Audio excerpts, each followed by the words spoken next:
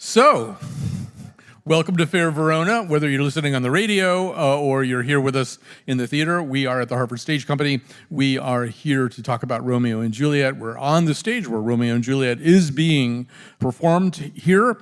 I should point out that Hartford Stage is an active Connecticut public sponsor, but we're not cutting them any breaks as a result of that. We're going to be completely ruthless and do everything in our power to destroy them.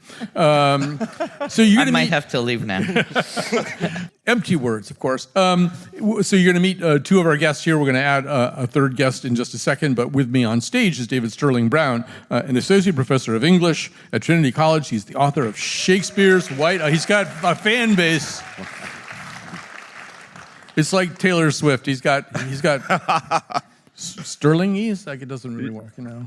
We'll come up with something. Yeah, come up with a name for the fanatics. David Sterling Brown, yes, and he's the author of Shakespeare's White Others, development associate and scholar in residence for the American Globe Center, and on the curatorial team for Claudia Rankin's The Racial Imaginary Institute. With us also on stage is Melia Bensussen. Melia is she's got her fans too. So she's the Hartford Stage's artistic director and the director of this production of Romeo and Juliet. I kind of want to start with just sort of a theory of the case. I mean, every production of Romeo and Juliet, every reading of Romeo and Juliet, I think there's a shifting sense of where the moral center is, what the overall theory of the case is. In this particular production, there's a lot of sex and death. But tell me a little bit, to start with you, Amelia, what's your overarching theory, or where do you think the moral center is here? It's actually really interesting. I don't think of plays in general as having a moral center per se. I think of the themes that live in the play and how they help us illuminate our own experiences in the world. So for me, Romeo and Juliet, I was really struck in this reading, and all these plays, like all the great novels, all the great works, right, read differently at different times in one's life. And this one really struck me with the concern around actually sex and death and love and death. I was very, very moved by Lord Capulet speaking when Juliet appears to be dead, because she took a roofie from the friar, as we might say. To quote Emma Smith, actually, you know. But the Lord Capulet says, "Death is my son-in-law. All is death's." And so many characters in this play talk about, well, we were born to die. Well, we are nothing but we are returning to death.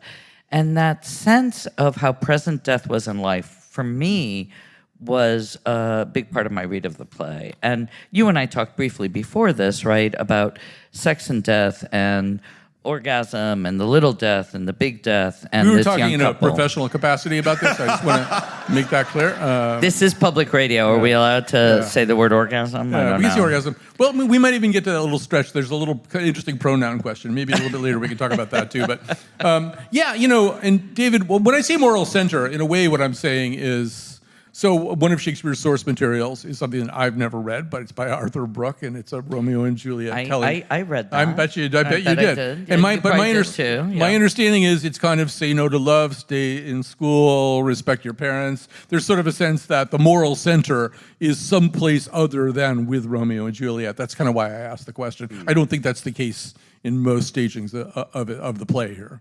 Gotcha. Yeah, no, I'm in alignment with you in terms of Melia, in terms of thinking about topics and themes, but also the questions that these plays are asking us to think about. And so this is a question, I mean, we start out with the prologue that's telling us that there has been this strife between these two families. And so when people refer to this as, you know, a great love story, sure, but I think we can think about how there are different ways love can be applied, right? Like some people love their hatred that they have for certain things, right? And so some people love people. And so for me, I start there with this play and all plays. I'd like to think of them as these dramatic landscapes that I can drop into and figure out, you know, what has Shakespeare built and how can I explore this space? I love that. And so along with you, you know, the topics that it makes us think about, mental health, domestic violence, patriarchy, of course, misogyny. There's so much in this play and all Shakespeare's plays that I think is quite rich for us to consider. And I guess I would add to that, we have this assumption about R&J, West Side Story, and other versions that it's us against them and that they're two very different clans and these two families. But the prologue is two households both alike in dignity. And what really struck me in this, and what I hope this production conveys, is that it doesn't take a lot to hate your neighbor. In fact, if we loved our neighbor more naturally, it might not be a commandment. Right? The commandments are the things we don't do naturally, is what I would argue. So the play is really about a community that's torn asunder, and that the community is a community and yet is divided by strife. And I think there's a different us versus them, too. In fact, we were talking before, I was going to get to this later, but, as most people probably know, Juliet gets mail in Verona, actually real-life mail in Verona today. And there's actually somebody whose job it is to answer it, too. And you think about that, and why would that be? Because I don't think Macbeth gets mail in Scotland, but why would that be? And I wonder if some of the us versus them, for a lot of people, I think they see this play, one way to see this play is, my family didn't really understand my choices very well either. I wasn't really supported. I had to find love and community and family someplace else. I think that's huge, and the generational conflict is real. Yeah. And one thing that struck me, is that there are no villains in this play. And nobody intends to do harm, and yet our two most sort of loving, mentoring folks are the ones who, can I say, things up? I'll say screw things up. We'll edit you. We'll edit me. There's going to be so much editing on this show, and I apologize. Well, also, David, you haven't seen this yet, but this is one of the more Menschy Lord Capulets. And I changed you kind of take him. Yeah, you took him off the hook a little bit. Speaking of no villains. Well, I split the. I think the betrayal by the mother would be more painful in some ways. So you're right. It's a very Menschy Lord Capulet. What's your take on villains, David? Do you feel the play has no villains? Yeah. I'm trying to think. Is there no villains? I think I'm going to agree with that too, because this is not a revenge tragedy, right? And so I think we just find ourselves in this world where there's conflict. And there's conflict and chaos in all of Shakespeare's plays. But again, how he structures that in this play is what makes it fascinating for me in comparison to, say, like a play like Othello, for instance. Or right, but there's a clear villain. In this one, there's just people who do the wrong thing. Yeah, they do the wrong thing. They make bad choices. And one of the things that this play teaches us is that there are consequences for our bad choices. I love that, yeah. I think another thing that distinguishes this play is a kind of propulsive, fast-moving quality to things. I mean, this takes place over 4 days, but I mean, if you just chart what happens on Monday, Romeo persuades Friar Laurence to perform marriage ceremony. Tybalt sends a challenge to fight Romeo. Romeo sends a message to Juliet to meet him at Friar Lawrence's cell. That's the morning. The afternoon, Romeo and Juliet, they get married in secret. Right. By late afternoon, Tybalt kills... Sorry, spoilers here, spoilers. Put your fingers in yours. Tybalt kills Mercutio in a fight. Romeo kills Tybalt in revenge. Monday evening, Lord Capulet agrees to marry Juliet to Paris. Romeo tries to kill himself, but the friar stops this. And I mean, this is one day. Yeah, I've never actually done this, but in the program for our production, I don't have a place because they all happen in Shakespeare land. But the time I say the play occurs between Sunday morning and Thursday dawn. Yeah, because it's 3 days and a bit. 3 days and change. Yeah, and I think some of that, David, might be also this sense that these are young people and they are excited young people. And things start happening very fast. Their hormone systems are young and fresh. I mean, once things get moving, you almost can't stop them. Well, yeah, I mean, that we could see that at the beginning of the play, right? Romeo, he's lamenting over Rosaline, and then all of a sudden, it's Juliet now. And and it's very resonant with, I think, how young people, teenagers, especially adolescents, operate, and maybe even some adults. I'm not speaking for myself. But it's resonant with how, some people operate, and I think more so today than, say, I don't know, 20, 25 years ago. And yes, I am older than 25. It makes me think of how our world is moving so fast right now for everybody almost. Yeah. I mean, one way to think about that Rosaline thing, too, is so some of this play, the prologue of the play is in sonnet form. Yep. And that first exchange between Romeo and Juliet, it's sort of, they're trading force, basically. They're doing sonnets, but taking turns. And sonnets were kind of maybe in the TikTok of 1592. Everybody's writing sonnets, they're just out there. And I wonder about the Rosaline thing being Romeo is imitating love as he has learned it, probably from sonnets. There's that idea of the sonnet lover who's melancholic, who's paralyzed by his love. I feel like he's faking it. I love that so much. We talked about that a lot, actually, in rehearsal, about almost like the lover he's playing is a suit that's too big for him. He doesn't quite fit it. Yeah. Because he's just mouthing the tropes of the moment, which Juliet calls him on in the balcony scene, right? Do not swear by the moon. Do not swear at all. Yeah. And that he is forced to find a more sophisticated language as the play goes on. And David, it seems possible also that scene of first meeting when they're kind of doing a rap battle with lines of sonnets. Yeah. It's like Romeo's thinking. In fact, the British actor David Tennant, I think, when he played Romeo, said that he suddenly is realizing he's met an intellectual equal, somebody who will challenge him. Or his superior. Or his superior. Yeah. Yeah, and challenge him on some of his crap, too, to your point, too. Yeah. There's that kind of sense, you can do sonnets? I can do sonnets, too. Yeah. Well, and I think that's a powerful moment, right, too, because when we think about the period and how women were often depicted, again, catering to this sort of patriarchal nature of this world, that wouldn't necessarily be the standard expectation. And so I love how Shakespeare kind of turns that on its head, where we see that Juliet can do what Romeo can do in that moment, because if she couldn't, we wouldn't get that beautiful moment in the play. And he says to the friar, that Rosaline did not return his love. Right. But Juliet does. So you're absolutely right. Yeah. I would be remiss having this author here not to ask about things like snow on ravens' backs and things like that. Can you say a little bit about how you see that element playing out here? Yeah, I love that you brought that up. I'm like, did you know that that's in my book? So I actually touch on that line and that moment, that speech of hers in my book. And it's interesting because we look at this play as, so I'll just back up, I guess, for the audience. In my book, Shakespeare's White Others, I'm thinking about how Shakespeare allows us to consider race in all of his plays, not just a play like Othello or Titus Andronicus or The Merchant of Venice or Antony and Cleopatra or The Tempest, which are known as the traditional race plays among scholars.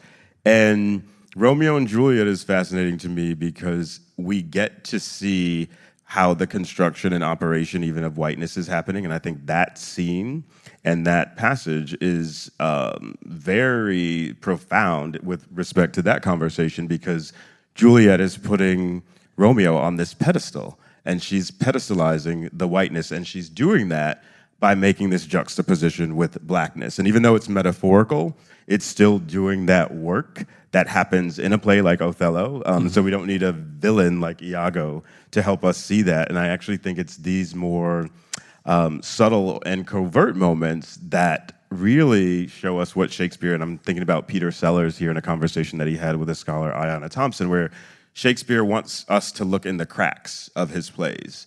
So not necessarily thinking always about the obvious, like we can say, yes, Iago is a villain. He is a villain who expresses misogynistic views. He's a villain who certainly initiates and instigates the play's racist moments. He's a sexist, all that. And also domestic violence, not to forget that one. But we can then move to a play like Romeo and Juliet or Twelfth Night, whatever you want to look at, because Shakespeare was really interested, I think, in educating people. I want to talk also a little bit about the youth of Juliet. And if you go back to the source materials, there's older source materials where she's like 20, Right. And I think Arthur Brooke has her at about 16. That's right. Suddenly she's a few weeks short of her 14th birthday. Right. Thoughts about that? Thoughts about why does Shakespeare even need her to be that young? I think there is, it's in a sense a growing up play for both these kids, right? And they're going against their parents. And if we turn to the generational struggle within it, there's something about the sentence that strikes me as Lord Capulet says she has not seen the change of 14 years, which I connected to, a young girl going into Menses and sort of entering womanhood. And that there is something about that moment when, if any of you have raised teenagers or lived with them, they turn into demons on you. Or been a teenager. Or been teenagers. I'm sure I was a saint. But that aside, And I do think there's something in this play about that age and the youth of them, and the turning on, the desire for autonomy and agency that really plays out here.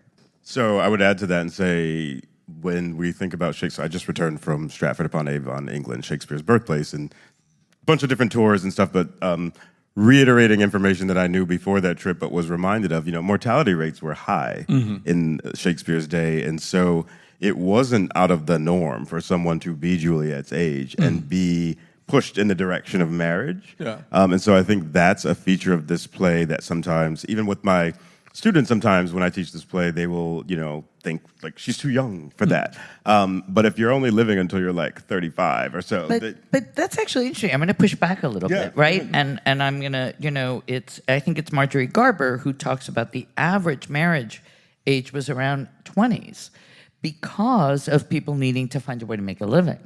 So that, in fact, this was kind of radical that Shakespeare made her so young. Don't you think? it was kind of radical. Radical that Juliet was that young, because it was not a common marriageable, that it was young, which I think is why Lady Capulet says, it's the lady doth protest too much. Why does Lady Capulet have to say, I was, around your age when I got married? Right, because I think, again, when we think about the legality, I guess, of women's bodies in the period, Sure. they're their father's property. Of so course. It's not necessarily what Juliet wants in that moment, right? Totally. It's what I'm just her saying father that the wants. average Right, yeah. age of getting married was actually older. So Shakespeare's making a very conscious choice to make her that young. Absolutely, and I think he's showing us something there about the operation of patriarchy Totally when he's agree. doing that. There is also a very literary, geeky interpretation of this, which I will share, which is that a sonnet's 14 lines. And there's a I love that, there's actually, a sense that yeah. she's an incomplete sonnet. She's not quite 14 lines. The story of her is not entirely great. complete. Because it's mentioned, I think, twice at least during the play, that she's just a little bit short of 14. Right. So take that for whatever it's worth. We should talk a little bit. Friar Laurence is going to be joining us on stage in a second or two, but do we want the other person you mentioned? The parents aren't really they don't get it. Right. It's the nurse and the friar who are the two. And when I was saying there's no villain, it's so interesting that the nurse and the friar are who really lead to disaster in my mind.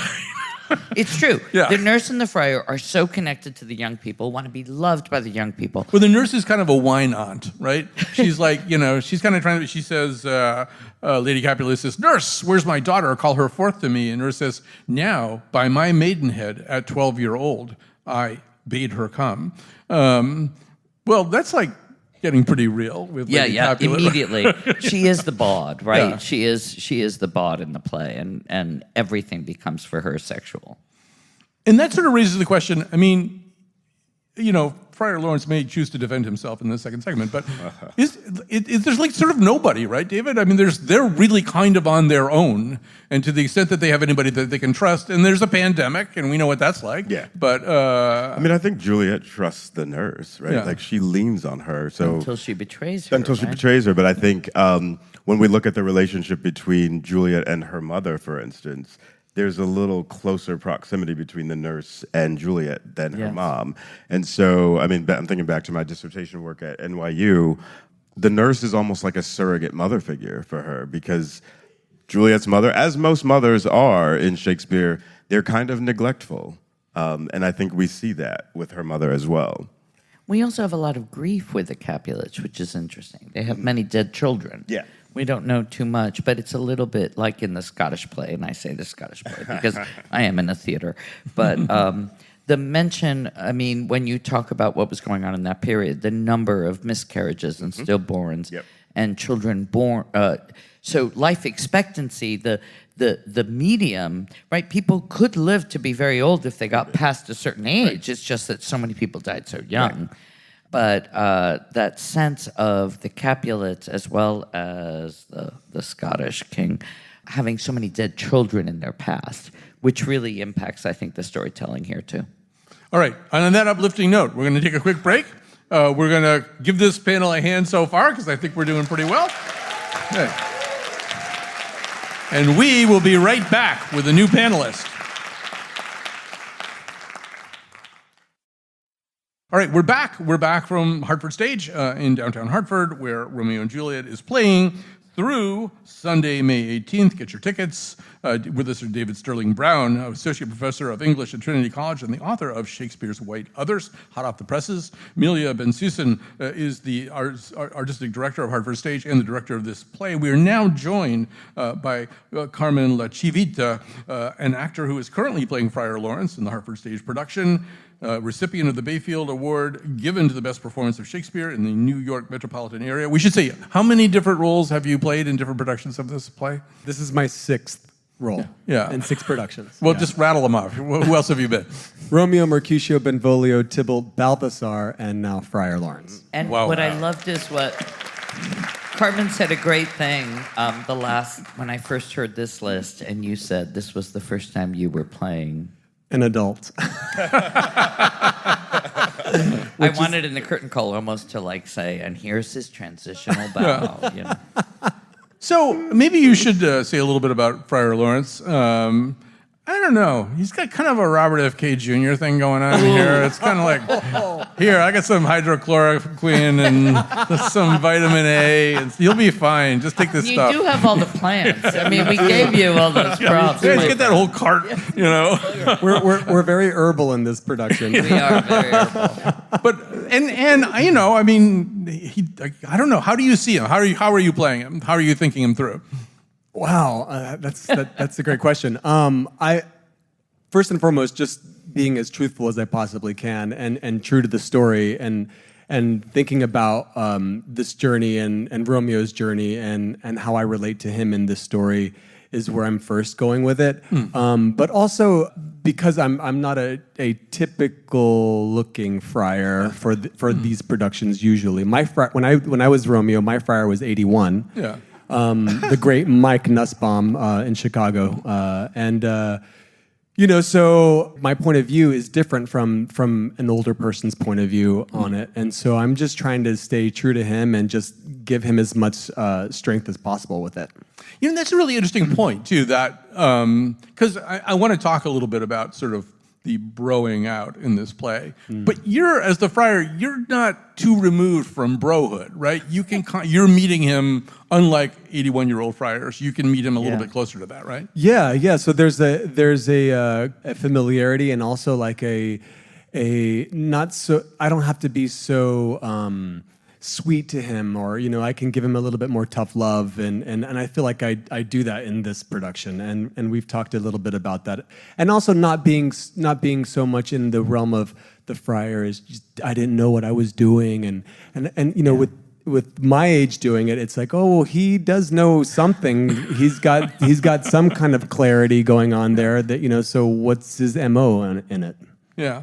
Can we talk a little bit about the bros? Now, actually, you've kind of interrupted the flow of the bros by having Mercutio be a woman. But before we get to that, and this is the thing we're talking about, but David, they kind of are bros, right? I mean, they hang around Verona and they tell dirty jokes to each other. They'd be playing video games, I mean, that's kind of They'd be working out together. Right. I mean, and Romeo is a little bit distinct from them. He needs to go sit among the trees sometimes and just think about stuff. But I feel like if these guys are, they're sort of rich jerks or,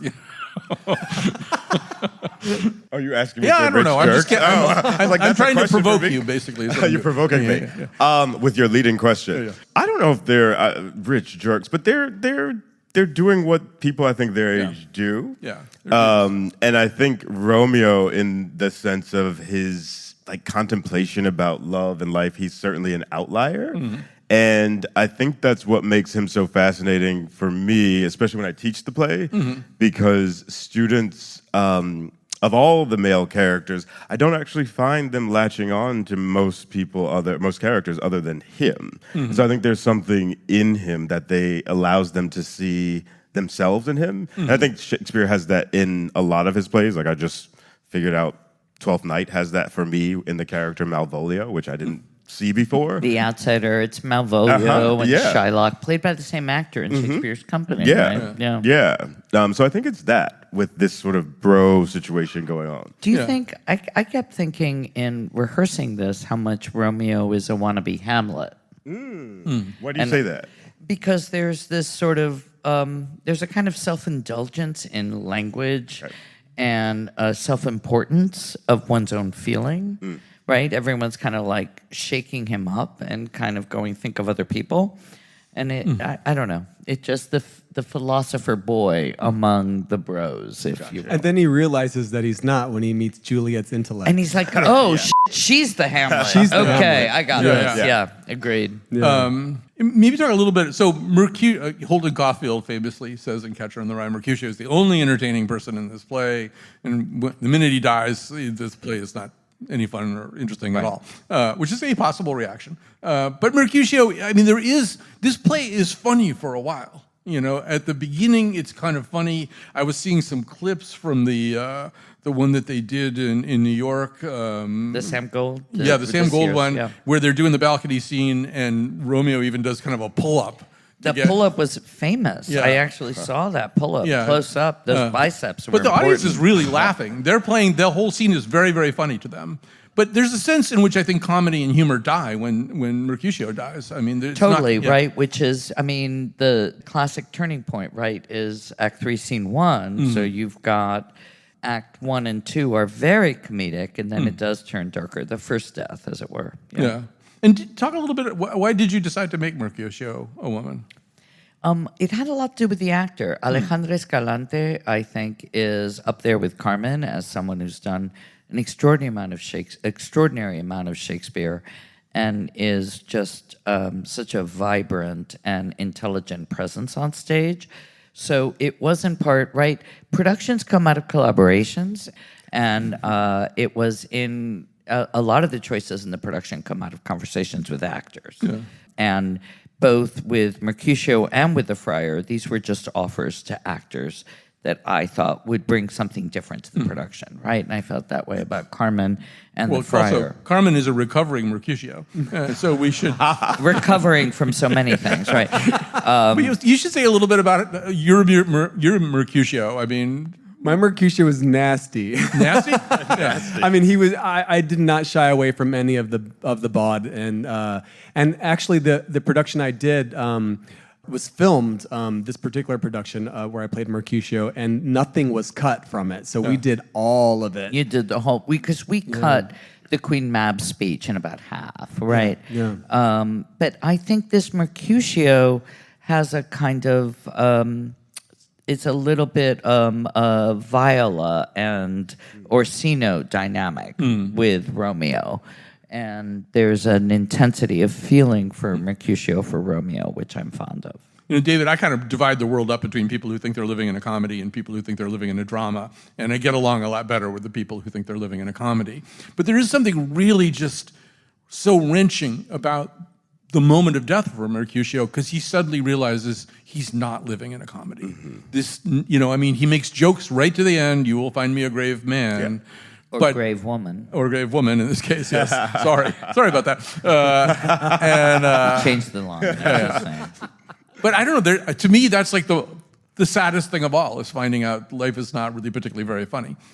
Yes. Well, that's one of the things. I'm glad you brought the conversation back to that subject, because a lot of times people think, you know, I'm going to see a comedy or I'm going to see a tragedy, and therefore it should only be in that vein.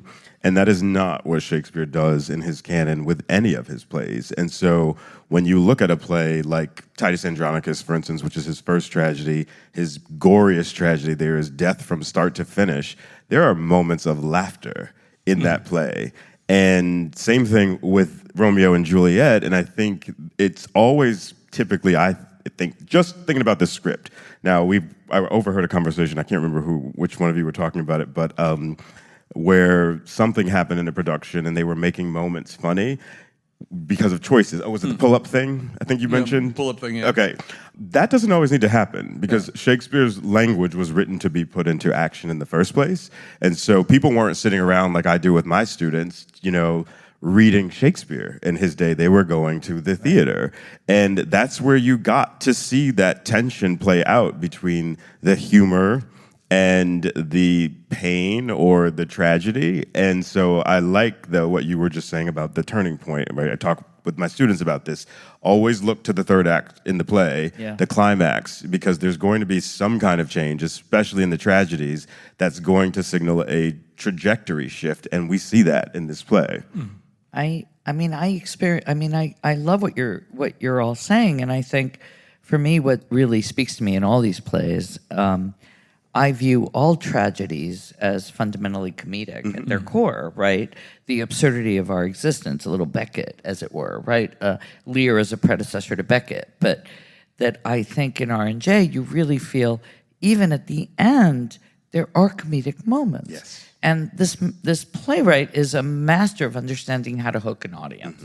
And when you laugh at a production or with us today in any context, you're connecting. Yeah. There is something about laughter that is a connective force, and that's crucial in theater. So I love that. We should talk a little bit too. I know, Melia, that you believe that people working on any given production of any kind of Shakespeare play need to see it as a new play. Yeah, that's right. And maybe go to Carman. Now you have some experience with some other plays. So talk about that, about sort of, I don't know, maybe emptying out some of your past attitudes. And I mean, how did you think about what she's saying? Think about it as a new play. You have to. This play is particularly challenging because people study it in high school. So everyone, or they've seen the DiCaprio version or the Zeffirelli version, and so they've got an idea of what they think it should be. Yeah. And so when they come to see it, if they're like, oh, it wasn't exactly all romantic, they're disappointed. And so coming to it with an open lens, and seeing it through a new lens is really important, because then you discover other things about the play that you didn't realize. To your point. Yeah, I like that you said it that way, because that's the difference between like stage productions and films, right? Like, you don't come to the Hartford Stage to see what they just did at the Bushnell Theater, right? I hope not. I mean, I don't mean that. No, that sounded wrong. That sounded shady. That sounded shady. I did not mean shade here. No shade. I just meant that we are in the business here, I hope, as in Shakespeare's time, is that we're storytellers.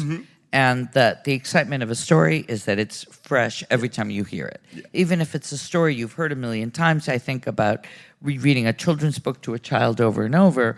Each time, something new pops, and that's all I meant. Yeah, and to back up that point, we're going to retract that shade. It was not shade. Thank you. It wasn't shade. You could come here and see this play this week and see it next week. It's not going to be exactly the same play. And so that's the point, I think, that I'm trying to make. And I think that... And the audience, and I will say to all of you sitting in this theater right now, but also all you audiences listening, is you impact the production. So every night is different depending on when you're breathing, when you laugh, when you don't laugh, and when you lean in, the actors feel it. No, Carman? I mean, oh my God, we feel it so much. I mean, it always amazes me how when people come to the theater that they don't think that we can see them. I'm like, we see you sleeping or laughing or whatever. We see it, you know? I mean, even though the lights are on us, we see you very clearly, but we also, more importantly, feel it.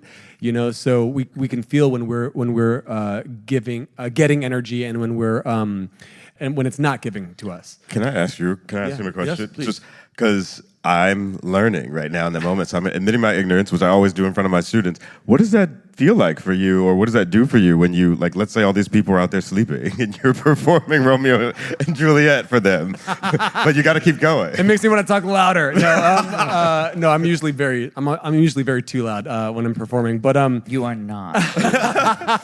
You will hear me.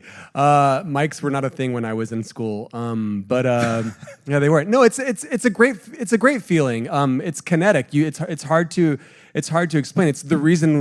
It's the big reason why I do it, because I like experiencing that cyclical exchange of understanding and energy and learning, and I feed off of it. And if I'm not getting that, then I'll craft into my own world in the play, and hopefully they'll hook into that eventually. That's great.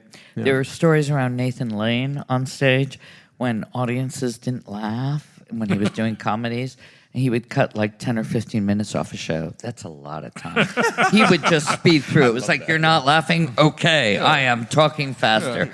Our cast does not do that. All right, I'm getting a signal that we have to take a break here. So big hand for our audio, for our panel here. We got one more segment to come here. We're back. We're here at Hartford Stage on a Tuesday night. You'll be hearing this radio show a little bit later. Before I reintroduce the panel, I want to thank some people here. And first of all, also remind you, you can see this production of Romeo and Juliet through Sunday, May 18th. We have to thank the staff and the volunteers at the Hartford Stage, especially Lucas Clopton, who is on sound tonight, working with our own Dylan Reyes. Wesley McCabe-Schroeder, Lindsay Abrams, Zoe Golub-Sass, Jennifer Levine, and then we have about 92 ushers here. We have more ushers than we have people in the audience, but we love our ushers. Thank you, ushers. Yeah, yes, yeah. They've done a great job. I know at least one of these ushers pretty well, and I was alarmed when I saw her here. So.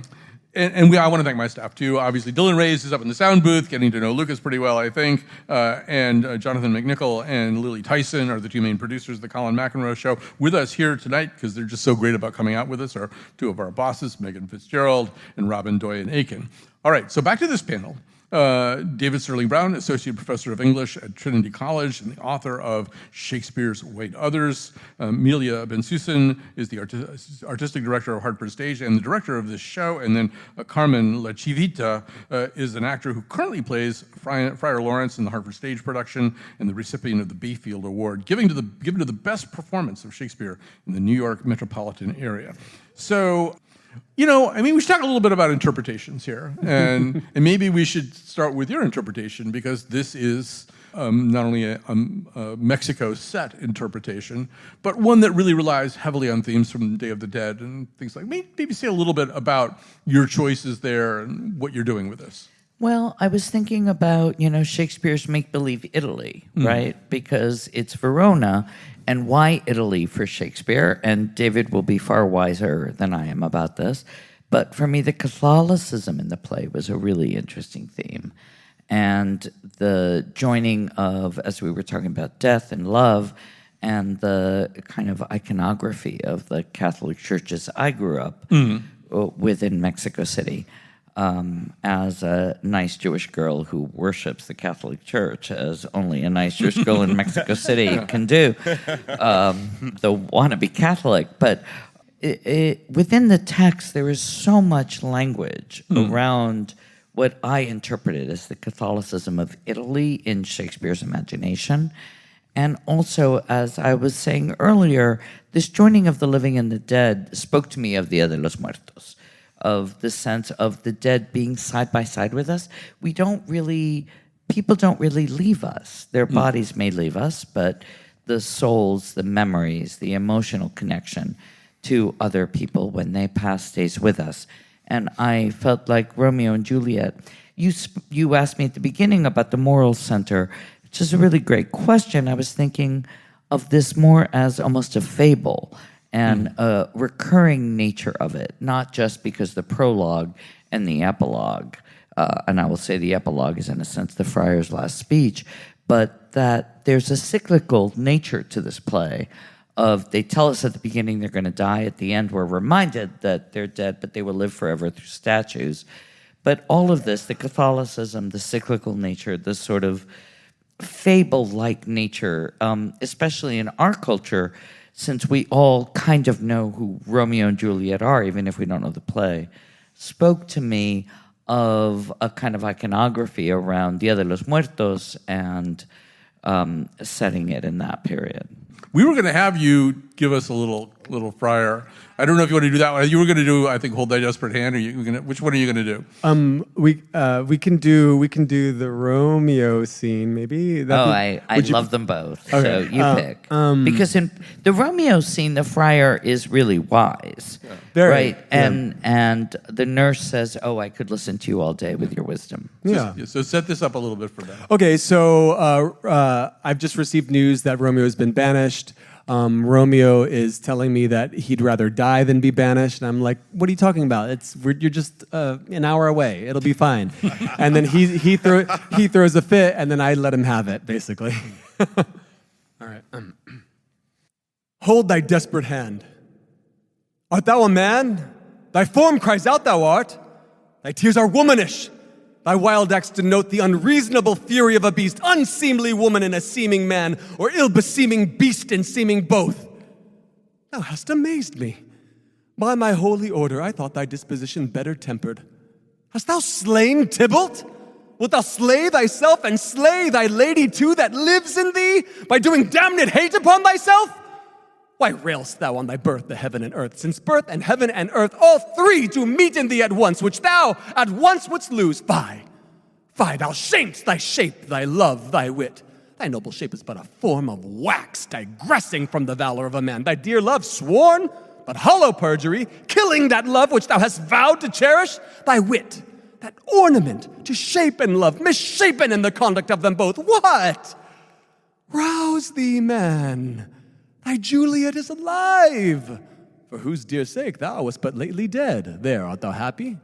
Tybalt would kill thee, but thou slewest Tybalt. There, art thou happy too? The law that threatened death becomes thy friend and turns it to exile. There, art thou happy? A pack of blessings lights up upon thy back. Happiness courts thee in her best array, but like a misbehaved and sullen wench, thou pounced upon thy fortune and thy love. Take heed, for such die miserable. Carman! Thank you. Thank you. There's a turning point at the end of there's still more to that speech, believe it or not. But there's a turning point at the end where he says, "Okay, all right, I've chastised you enough. Let's make a plan now." And then I make the plan. Yeah. I was thinking today about the fact that, for the most part, when people come here, they know what's going to happen.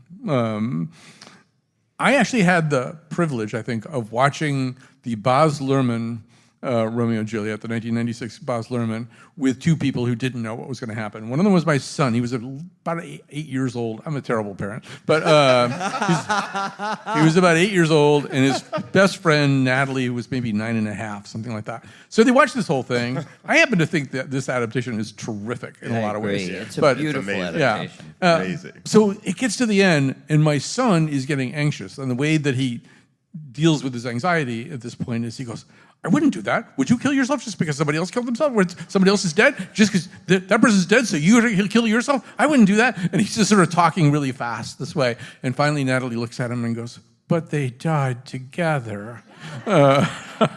Once again, the older woman says, But David, that's exciting. So few people, they tell you in the prologue what's going to happen. Mm-hmm. So, it's interesting seeing it and seeing people who don't know what's going to happen. Because they tell you in the prologue what's going to happen, yeah, but you don't know how. Right, it's a how done it. And I think that is what makes the play still worth watching. Yeah. Whether it's a film adaptation or coming here to the Hartford Stage and seeing Melia's production. And so that's not prologues were not necessarily common across Shakespeare's canon, and there are other dramatists who deploy them as well, but it does create intrigue, right? Yeah. Because these people have been fighting forever. Mm. How does this end, right? Yeah. And how do we get from point A to the end? Yeah. Is something that I think keeps people coming back to this play, because it's been being performed for centuries, and people have been thinking about it for centuries. But I wanted to can I go back to his speech for a second? Please.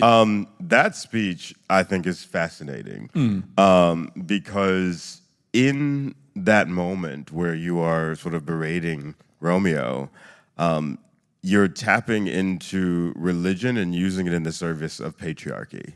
And it's quite manipulative when you think about the critique of his tears and calling them womanish. Totally. And Romeo then says, "I've been feminized." Yeah. Which is a stunning line, right? Yeah. When he doesn't go to kill Tybalt. Yeah, and this is a thing that happens across the canon. I mean, Claudius does this to Hamlet and critiques his unmanly grief because he's mourning his father's death. Like, hello. Too much feeling. Right, too much feeling for a man. And so it's all just very interesting, but I love the way that you presented that. Now I'm really coming to see this. I have to come Yeah, to this. I will say that, I will say, and I'm clearly, I'm so biased, but Carman's Friar, part of why I was so excited to offer this role to Carman is the youth and virility and vitality of it really sort of push against the tropes of it and make the language, in my mind, that much more vibrant. Yeah. That would be great. One of the questions that's never answered is why these two houses are feuding. It's an ancient feud. They don't know. And you have a sense that they've forgotten. Yeah. Oh, yeah. But one of the nice things about West Side Story is, okay, now we know why they're feuding. This is an ethnic conflict. Which I would say is too simple for what Shakespeare's after. Yeah. It's the households alike. And why do we fight with each other, right? When we look that's alike one of the questions. and live in the same socioeconomic realm, right? I mean, the thing you could say that the Capulets are after is to have one up on the Montagues by having Paris marry Juliet, because that will give them higher social standing. Yeah, but this is a play unlike, say, I don't know, Titus Andronicus or Antony and Cleopatra, where we can look at this division between Rome and Egypt. We have to look in the cracks, to quote Peter Sellers again, and really think through, like, what is this strife about? And we get to the end of the play, and these two characters' lives are decimated over this thing that nobody has an answer to, which I think points to the stupidity and absurdity and whatever other words you want to use when it comes to thinking about hatred. The prince's speech at the end. The prince's speech is wonderful. Look what you've done. Yeah. Look what your old hatred has done. We've all lost everybody. Yeah. But there's a little bit of finger-pointing quality. I mean, the prince isn't doing a very good job. For the prince, or the artist formerly known as Prince, I don't know what the prince is called when the prince is a woman, but... We decided to stick to Prince with the woman as Prince. But it's like, nobody's doing that good a job. No. Nobody really has any business. And the Friar Laurence isn't doing that good a job. Isn't it either. shocking? People aren't doing a good job. It's shocking. I can't imagine But when I that think would happen. that brings me back to where we started, though, too. It's like, what if these characters loved love instead of loving hate, right? And that's where we get that line, oh, brawling love, oh, loving hate. Yeah. There's just all this confusion in the play. I mean, Friar Laurence, he's sort of, at the end, he kind of is checked out a little bit, right? He's like... he tries to get away. Yeah, he's trying to get away. He's kind of like, okay. Definitely tries to get away. But what Melia and I have worked on in this version is that when the friar returns, it's not just, I'm sorry that this happened. It's also, you guys were also a part of this, not just me. Yeah. So it's not just my fault. And we really lean into that version. And then so the community feels their what's the word? Culpability In the whole scenario, and that it's not just Friar, which is what and the audience, right? I mean, this is where Carman is so wonderful, that we hope that the audience, both in the way we do the prologue and the way we do the end of the play, says we're all part of this community, and where are our hatreds, which are misplaced, and I love how you put it, why aren't we loving instead of hating? Yeah, and in the prologue, too, one of the words that sticks out to me is the word stained. My friend, poet Jericho Brown, has a poem called Good White People. You should read it. It's great. In his book, The Tradition, and he's thinking about how all is stained by certain things, whether it's racism or white supremacy or hatred, etc. And so I think we can map that onto this play and see by the end, all is stained. And look what happens. That's so true. All right, well, we want to thank this wonderful panel for joining us today, or tonight, actually. Yes, David Sterling Brown, Associate Professor of English at Trinity College, author of Shakespeare's White Others. Melia Bensussen, the Hartford Stage artistic director of this, and Carman Lacivita is the actor currently playing Friar Laurence. Thanks for listening. Thanks for being in the audience today. And those of you at home and in your cars listening to the radio, thank you too.